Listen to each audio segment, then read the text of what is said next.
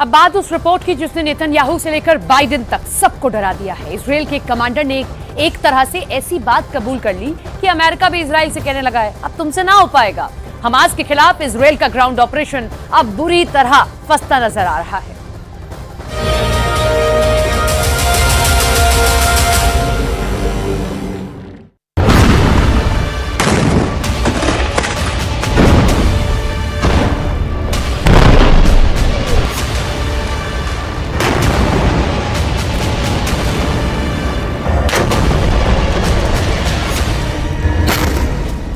Gaza के अंदर युद्ध इस लेवल पर पहुंच चुका है कि अब जान हमास की जाएगी या फिर इजरायल की सेना की, ये कोई नहीं जानता, लेकिन जान जरूर जाएगी, इसकी गारंटी 100% है।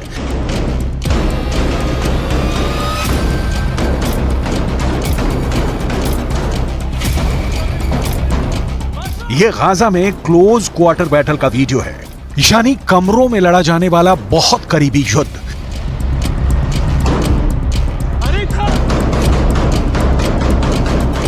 इजरायल के कमांडो इस इमारत में एक एक कमरे को खंगाल रहे हैं। ताबड़तोड़ फायरिंग हो रही है।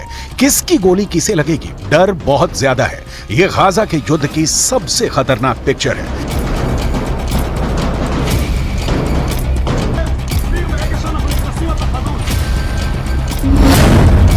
लेकिन इस बीच एक बड़ी रिपोर्ट आई है जिसके मुताबिक गाजा में युद्ध अगले 2 महीने तक खत्म नहीं होने वाला, यानी जनवरी और फरवरी के बाद हमास मार्च में भी जिंदा रहेगा।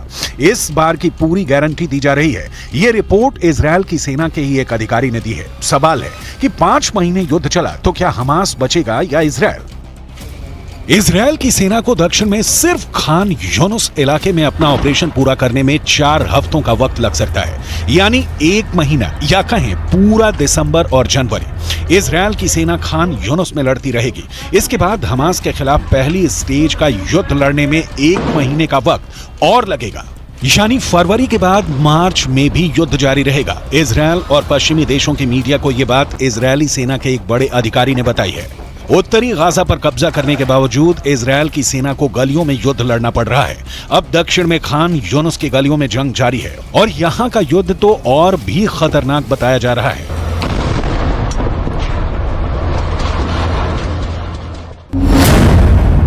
कुल मिलाकर समझिए कि 7 अक्टूबर को शुरू हुआ युद्ध अब भी जारी है।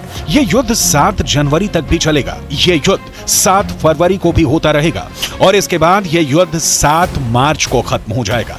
इसकी कोई गारंटी नहीं है, यानी इजरायल और हमास की जंग 5 महीनों से आगे जाएगी। अब इजरायल की सेना के अधिकारी ये बात बता रहे हैं। इजरायल को इसी बात का डर है कि अगर मार्च तक हमास जिंदा रहा तो उसकी बहुत आधुनिक मानी जाने वाली सेना की इज्जत मिट्टी में मिल जाएगी। पहले ही 2 महीनों के अंदर इजरायल और हमास के युद्ध में बहुत ही खतरनाक टक्कर देखने को मिली है।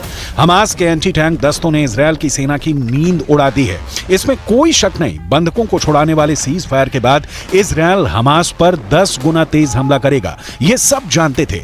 इजरायल ऐसी हर कोशिश करेगा जिसकी वजह से हमास के पास ना बचने का रास्ता हो, ना भागने का। लेकिन अब जो टक्कर देखने को मिल रही है उसमें हमास के एंटी टैंक दस्तों ने गाजा के हर चौर, हर गलियों में इजरायल की सेना पर हमले तेज कर दिए हैं। इजरायल की सेना अपना टैंक किस गली में ले जाए और किस में नहीं, और किस गली में जाकर उस पर हमला नहीं होगा, ये गारंटी कोई नहीं दे रहा। बिस्मिल्लाह अल्लाह।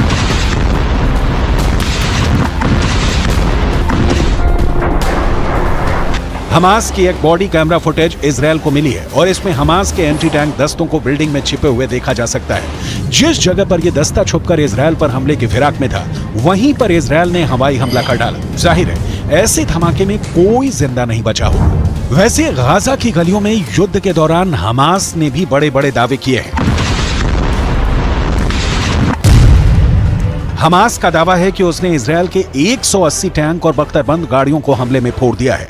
गाजा से लगातार ऐसी तस्वीरें आई हैं जिसमें इजरायली टैंक पर घात लगाकर हमले किए गए। इजरायल ने खुद माना है कि अब तक ग्राउंड ऑपरेशन में उसके 70 से ज्यादा सैनिक मारे जा चुके हैं, 250 से ज्यादा सैनिक जख्मी हुए हैं। लिहाजा हमास के खिलाफ जो ताकत इजरायल को माना जाता है उसके मुताबिक नतीजे तो इजरायल को भी नहीं मिले हैं। हालांकि नेतन्याहू के सामने अपनी छवि को बनाए रखना बड़ा चैलेंज बन चुका है और गाजा पहुंचकर उनकी पहली कोशिश इसी तरफ नजर आती है। अब जैसा युद्ध चल रहा है उसे देखकर लगता है कि इजरायल को बाकी बंधकों को लेकर ज्यादा फिक्र नहीं है। ऐसे में आगे की लड़ाई और भी खतरनाक होगी। अब इजरायल के ऊपर बंधकों वाला प्रेशर भी पहले के मुकाबले काफी कम देखा जा रहा है। इसलिए इजरायल का पूरा फोकस अब हमास को खत्म करने पर है। 2 महीनों के युद्ध के बाद इजरायल की सेना ने जो टारगेट तय किए उसमें से कितने पूरे हुए, इस पर नेतन्याहू की पैनी नजर है। 2 महीने के युद्ध के बाद इजरायल को क्या हासिल हुआ? गाजा पूरी तरह तबाह हो चुका है। 18,000 लोग इजरायल की बमबारी में मर चुके हैं, लेकिन इजरायल पर रॉकेट अब भी दागे जा रहे हैं। गाजा पर हमास का कंट्रोल बाकी है। हिजबुल्लाह के साथ इजरायल का उत्तरी बॉर्डर यानी लेबनान का फ्रंट अब भी एक्टिव है। अमेरिका इजरायल की मदद कर रहा है, लेकिन सीधा इस युद्ध में शामिल नहीं होना चाहता क्योंकि वो यूक्रेन में भी एक्टिव है। ईरान के समर्थन वाले मिलिशिया इस वक्त इजरायल और अमेरिका दोनों पर हमले कर रहे हैं और इन सबके बीच हमास अब भी जिंदा है, यानी जिसे इजरायल पूरी तरह से खत्म करना चाहता है वो अब भी इजरायल से लड़ रहा है।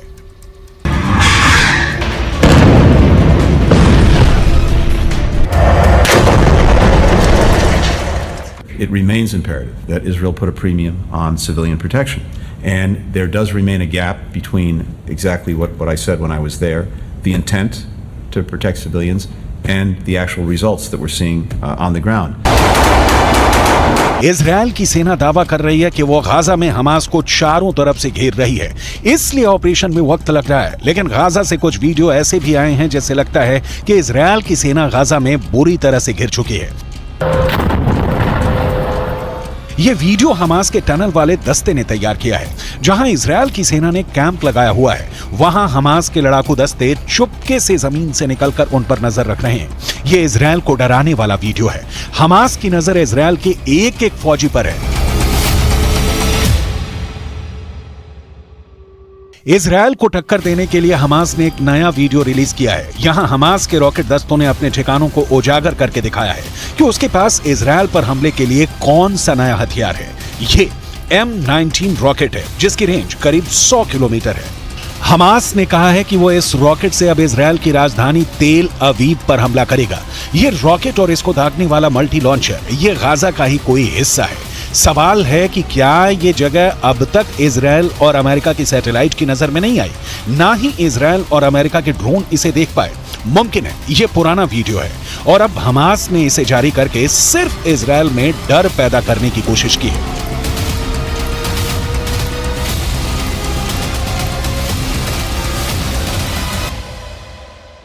गाजा के अलावा इजरायल के लिए उत्तरी बॉर्डर बड़ा खतरा बन चुका है। ये लेबनान बॉर्डर पर इजरायल की बड़ी पोस्ट है और यहां हिजबुल्लाह ने एक एंटी टैंक मिसाइल से हमला किया और फिर देखिए क्या हुआ। पहले धमाका, फिर पोस्ट का बड़ा हिस्सा ढह जाता है और आग लग जाती है। हिजबुल्लाह की तरफ से ऐसे खतरनाक हमले इजरायल की सेना लगातार झेल रही है। जब इसके बारे में नेतन्याहू से पूछा गया तो उनका जवाब भी गौर करने वाला है। सैनिकों के बीच इस तरह के सवालों का जवाब कैसे देना है नेतन्याहू बहुत अच्छी तरह से जानते हैं। כי אם חיזבאללה יבחר לפתוח במלחמה כוללת, אז הוא במו ידיו יהפוך את ביירות ואת דרום לבנון, לא רחוק מכאן, לעזה ולח'אן יונס। हिजबुल्लाह हो, हूथी हो या फिर हमास, इजरायल के लिए खतरा साफ है और बहुत बड़ा है। हमास अगर मार्च तक जिंदा रहा तो ये युद्ध पलट सकता है। ये बात नेतन्याहू भी जानते हैं। उनके सामने दबाव बहुत ज्यादा है कि युद्ध को जल्दी से जल्दी खत्म किया जाए, जल्दी से जल्दी बंधकों को छुड़ाया जाए और जल्दी से जल्दी हमास को खत्म करने का ऐलान किया जाए। अगर वो ऐसा नहीं कर पाए तो ना सिर्फ दुनिया में बल्कि घरेलू मोर्चे पर भी उनकी बहुत ज्यादा बेइज्जती हो जाएगी।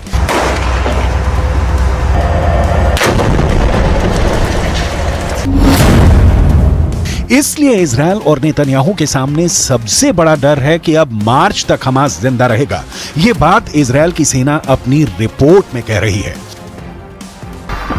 हमास का गुनाह ही इतना बड़ा है कि इजरायल ने उसे पूरी तरह से खत्म करने की कसम खाई है। यही वजह है कि 7 अक्टूबर के बाद से गाजा में जिसने हाथ डाला है उसने अपना हाथ जलाया है। गाजा जलता हुआ कुआं बन चुका है, जो गिरेगा खत्म हो जाएगा, क्योंकि इजरायल को जिसने भी अब तक रोकने की कोशिश की उसको नेतन्याहू ने सिर्फ एक जवाब दिया, जब तक हमास खत्म नहीं हो जाता तब तक युद्ध जारी रहेगा। बंधकों को छुड़ाने के लिए सीज फायर तो कर दिया गया, लेकिन एक बात साफ है कि अब तक इजरायल के सामने सब फेल हो चुके हैं। इजरायल के आगे ईरान फेल हो चुका है, इजरायल के आगे हमास से लेकर हिजबुल्लाह और यमन के हूथी भी नाकाम रहे हैं। इजरायल के सामने सऊदी अरब और बाकी अरब देशों की जुबान पर ताला लगा है। अरब देश पूरी तरह फेल साबित हुए हैं। इजरायल के खिलाफ रूस भी फेल हो गया और इजरायल ने अमेरिका को भी बता दिया कि वो इजरायल से है, इजरायल उससे नहीं, यानी अमेरिका भी फेल है। नेतन्याहू अब कोई बात बर्दाश्त नहीं करेंगे। वो बैकफुट पर नहीं, फ्रंट फुट पर तबाही मचाएंगे। उन्होंने अमेरिका को भी इस बात का एहसास दिला दिया है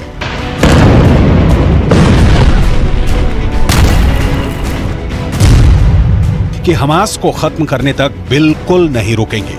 हमास की मौत 100% पक्की है, ये नेतन्याहू की गारंटी है। उत्तरी गाजा के अस्पताल इजरायली बमबारी के सबूत बने तो दक्षिण में खान यूनिस के रिहायशी इलाके इस बमबारी के सबूत बन रहे हैं। यहां बम गिरा तो 10 लोग फौरन मारे गए, कई घायल हो गए। तबाही की ऐसी तस्वीरें हर जगह दिखी। गाजा में बमबारी रोके, इसके लिए इजरायल पर दबाव डाला जा रहा है, लेकिन उसका असर शून्य है।